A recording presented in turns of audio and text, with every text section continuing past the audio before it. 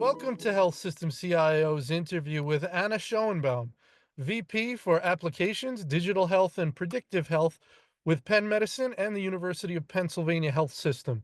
I'm Anthony Guerra, founder and editor-in-chief. Anna, thanks for joining me. Thanks for having me today.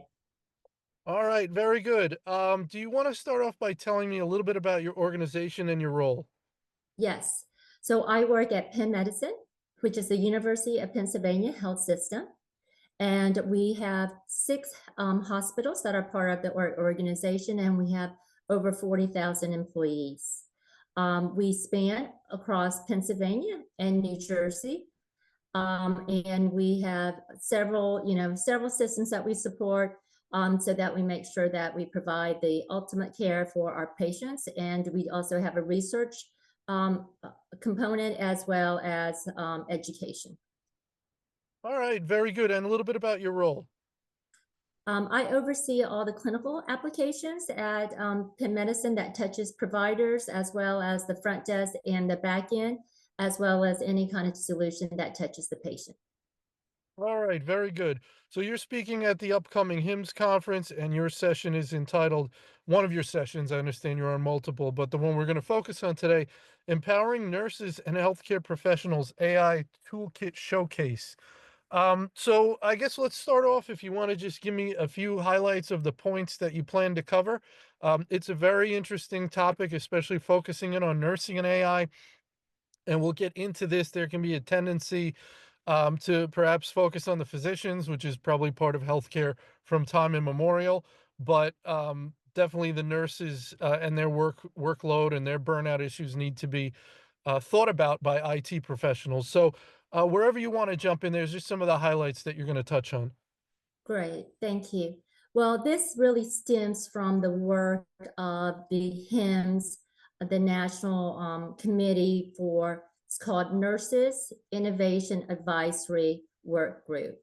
And there are a handful of industry leaders from academia, industry, as well as healthcare, the provider group. And it's a small group that have been working on innovation. And one of the items is on artificial intelligence. And what we have felt at the very beginning is that we need to provide some information and education to our leaders of healthcare. And this is a toolkit for them to utilize in any capacity. And so with this session, we'll be highlighting what we have in our toolkit. And I'll be presenting with three of my colleagues, Kathy McGrow, Darren Bartara, and Olgan Kagan, and they're part of the Nursing Innovation Advisory Work Group. So the idea is to give healthcare IT professionals some ideas of how AI can be leveraged to assist with nursing workflows. So what this toolkit has is that it'll have components of just general foundational of what AI is, and the nurse leader or healthcare leader can pull from the education training PowerPoint of the components that they need regarding AI. It will also have information regarding the 5 rights of AI as you're looking and evaluating systems. It'll look at what the 5 rights of what is the right objective of the problem you're trying to solve, how you might approach AI, the right competency, the right data, and the right safeguards. So we talk through regarding how you might utilize the 5 rights of AI. Then we'll also have in this toolkit some top industry trend of innovative solutions, and it'll show the complexity, how difficult it may be to implement, or there are some easier ones that you could engage on for maybe a quicker implementation and support framework. Along that is we also have included what we have developed is called a innovation scoring impact guide for healthcare technologies, and it's considered, we have named it Insights.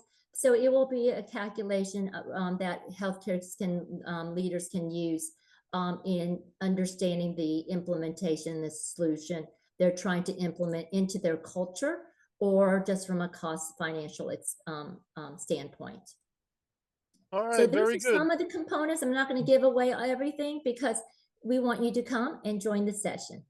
All right, very good. Let's talk a little bit about the larger issue of burnout and AI coming to the rescue, perhaps, and helping and nursing. And your thoughts? What do you see as the major causes of nursing burnout? I suppose there's some that are IT related, and some that have nothing to do with IT. Of course, we want to focus for our discussion here on the IT related issues. So, what do you think some of those IT related issues are for nursing burnout? You know, well, I think there are many technologies, and really is are those technologies that are in play valuable and meaningful? Or if they're using them, have we overburdened our clinicians? And there's some literature out there from surveys that sometimes the EHR seems to be burdensome. So are there ways to simplify care delivery, or are there other tools that may be able to streamline their documentation? Um, so that may be some of the reason, it may be, but I think it's not just one sole reason, but just multiple reason or multiple factors regarding the burnout, um, and just the overburden that clinicians have. Any thoughts on doing AI wrong when it comes to these things? I mean, are there ways people may think make sense to move forward that in your mind are sort of a common, bad road to go down? Any thoughts there?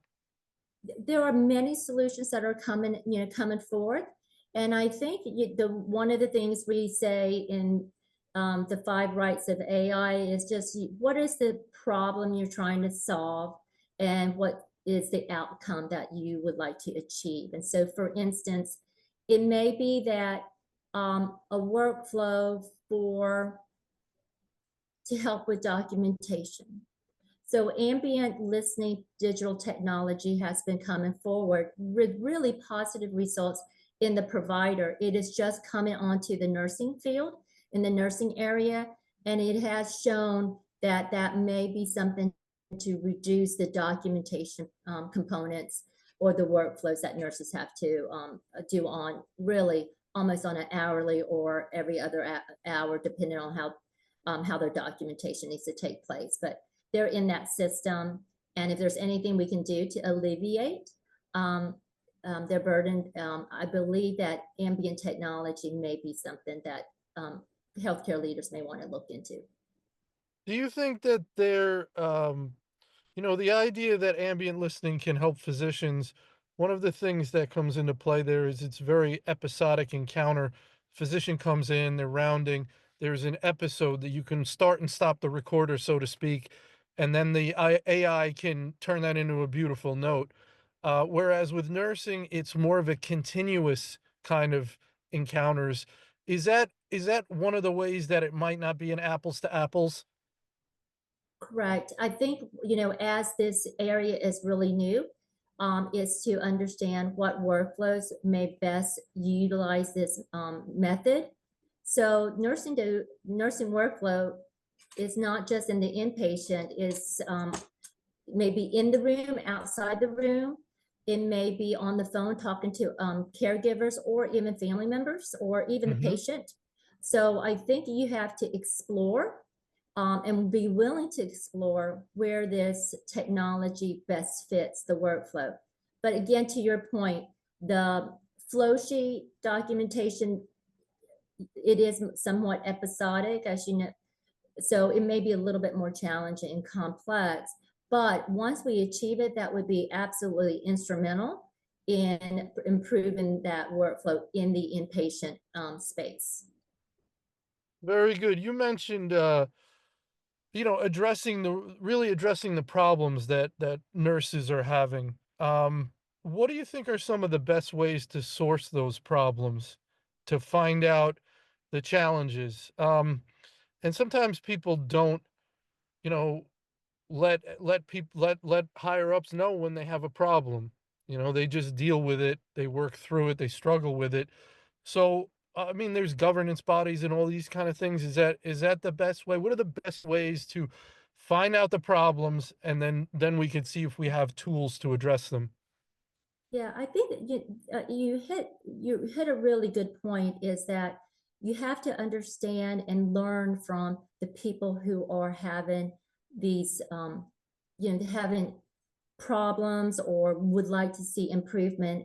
And one would be a listening tour, is what I consider, is to make sure that you're doing observation, you're having personal contact with people who have access to the system. So even really early on, Anthony, with provider workflow regarding ambient listening, is to go out and look and see how it's working for providers. This is new technology, just to understand what people are encountering. Um, and so it might be, that might be one way to do it. Also is to speak to your informatics, if you have informatics staff or other providers that um, are engaged with technology, or submit a surface desk ticket to learn, understand more. So I think it's different avenues, and also to speak to your supervisor regarding any kind of improvement or opportunities, because so there's very many venues in a healthcare system or in the industry on how you bring in problems for coming forward. It's very important, right? Because I do believe you can't just sit back and assume that the users are going to let you know what they're struggling with. You mentioned listening tours. I've heard the term rounding, Mhm. for IT folks to go Yeah. rounding. The importance of this cannot be overstated. A class report came out a little while ago, um, mentioning the idea that you can't just, from an IT point of view, turn on a solution and check the box and say, okay, now they have this tool, we're good to go. They may not be using it. They may despise it. They're not going to tell you.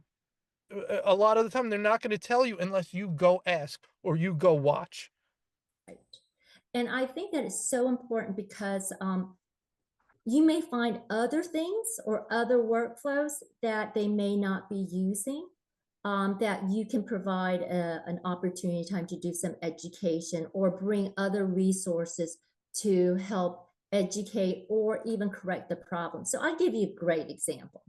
I went to go see the highest user of ambient listening and for the provider, and I was waiting in the waiting room, and I it took a little longer than the time that I arrived, and the provider came and got me from the waiting room, and she apologized for being late. I said, no worries, because I'm there to do an observation. But her MA didn't show up. The MA didn't show up. And then also, their a partner was leaving the practice. To me, that information helps me understand my job regarding what the providers are dealing with, Hmm. right? They are dealing with staffing issues and workforce issues. So that gave me a little bit of information as we're bringing out ambient technology. Then go forward as in the observation. I noticed the provider did not use what we call our tap and go solution. So they don't have to necessarily go into the system. So that was one, is that they were, I just encouraged to try to use that technology, then you don't have to do as many clicks. And I think it just came, it was not utilized. But when we reauthorized with the badge and everything, I noticed that the workflow of the how the screens open didn't open the way that I anticipated. Ah, Yeah. And so this isn't even ambient technology, right? This isn't why I went to go observe. But when the screen opened, I thought that it didn't open the right way. hmm. And so I asked our technical folks, hey, can you just check the image of this device on this unit, on this clinic? And it was not imaged as it should have been. Hmm. But that provided me a lot of information. And this is just understanding the deployment of certain technology. We got it all corrected, and now they have the workflow. But that to me is that you can't do that over the phone. Right. You Right. got to come and observe. And then I got to see her in motion using the ambient technology. I didn't even know barely that she had turned it on, but the attention that gave to the patient rather than being at the keyboard really showed how valuable this tool is. The eye contact with the patient, and they had a family member, it was amazing to see. And so it didn't mean that the provider had to be clicking on the visit went, I think, faster, more valuable, more meaningful.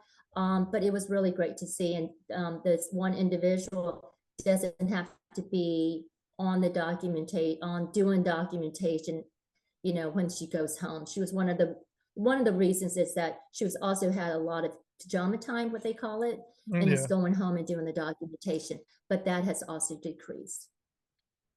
You make an excellent point about sort of going in and seeing what they're like a day in the life, right? And see what's going on.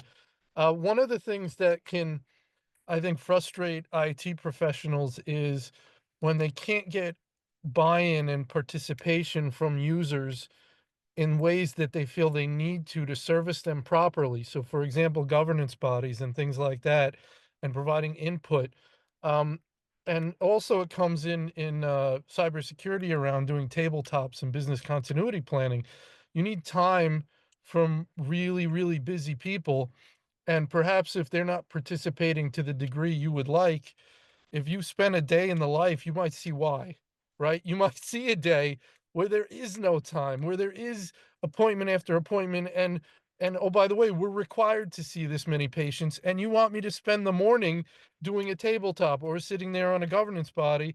So it just can give you, I guess, a lot of empathy and understanding. Do you think this is an important dynamic that I'm talking about when it comes to what IT professionals are dealing with and need to understand about the folks they're trying to serve?